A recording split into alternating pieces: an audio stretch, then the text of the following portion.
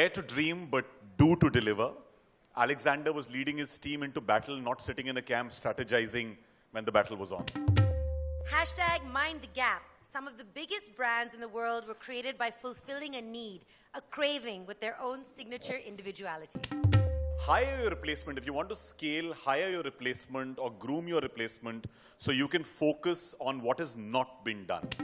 It's great to scale fast, but it's ultimately about how long you last. Iconic brands are designed for longevity. Hashtag quality, hashtag passion, hashtag love. Start with spirit, supplement with systems. You know, कहते हैं जब कोई चारा नहीं तो भाईचारा होता है. And you've then got to find the balance between the two, between the system and the spirits if you want to scale.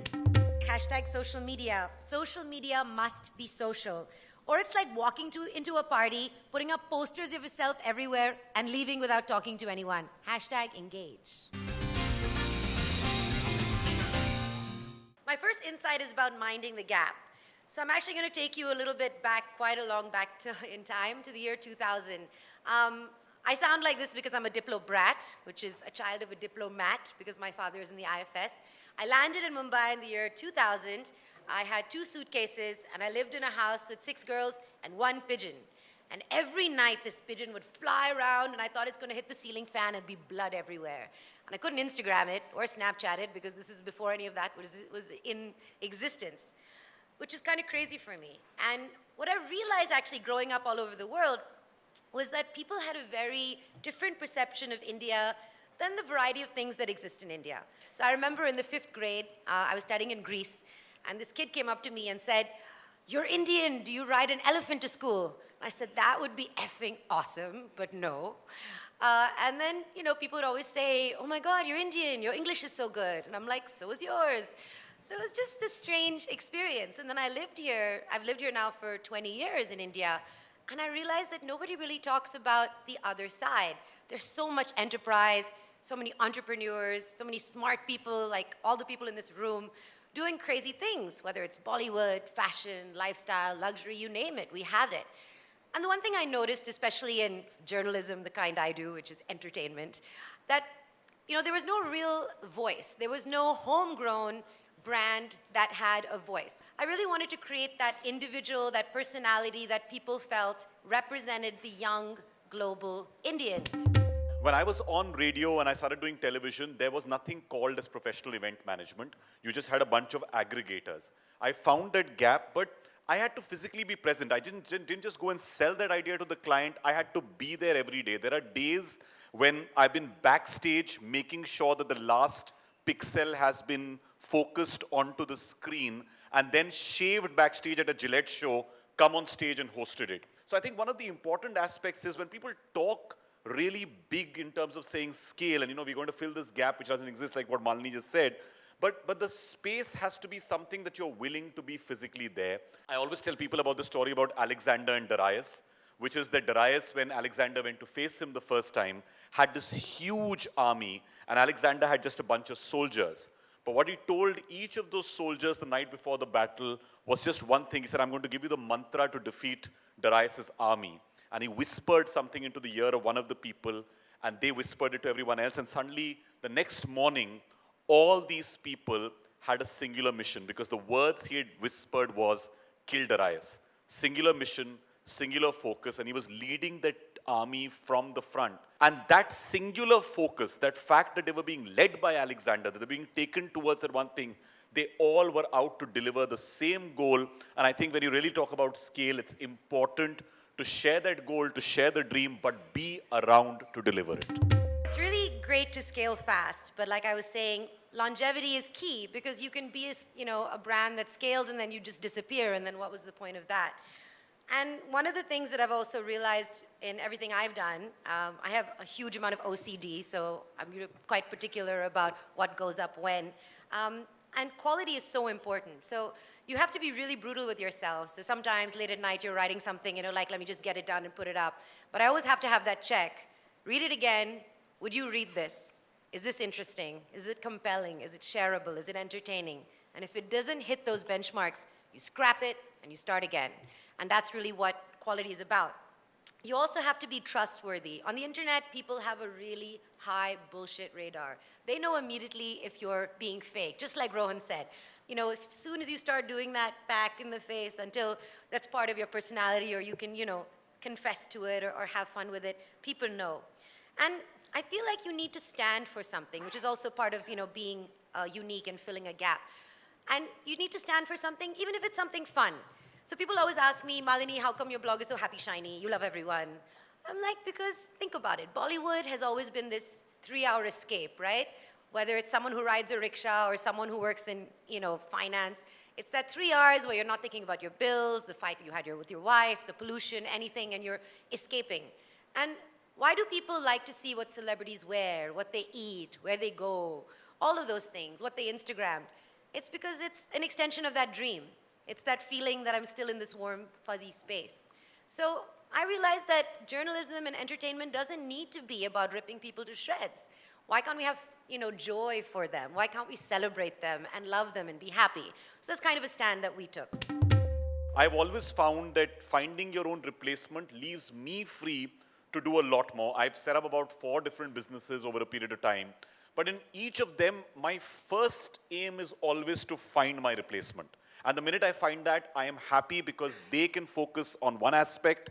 I can move on to certain other aspects which will be required as you scale. So I think this is one big problem I find in most companies. We try and find people who are lesser than us to hire because we are in this salaried structure issue.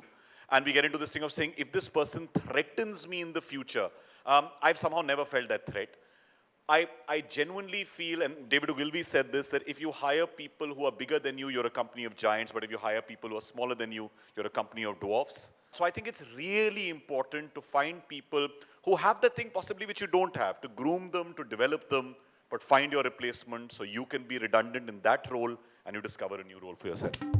People always ask me though, how did I build a brand around a person? And one of the things I always tell brands is that to succeed on the internet, you must have a personality. You must be someone, you must feel like someone. So instead of feeling like a brand and, you know, just someone who's gonna sell you something and a banner on a page, you wanna feel fun. And I always give this great example of that Hippo Chips, which has a Twitter handle that is just this goofy little hippo that tweets things. You'd be surprised how much recall that has. And I actually buy Hippo Chips because I'm like, oh yeah, that's that funny Twitter handle. You know, people will then ask you or ask me, then how do you scale, Malini, if your brand is built around a person? And this is the whole point. The reason I built this anime, this girl, I don't know if you've seen her, is because one, she's gonna age a lot better than I will. And I feel that Miss Malini now no longer is just about me. I'm trying to create a place of mini-me's, mini Miss Malinis. And Miss Malini now represents and feeds the global millennial Indian.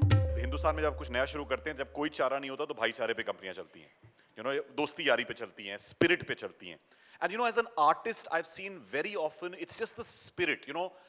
There are people who sometimes will sit with me over a drink and turn and say, यार तू इतने सपने दिखा देता था उस time पे हम लोगों को. And वो सपने इतने exciting होते थे कि हम लोग साथ में चल पड़ते थे.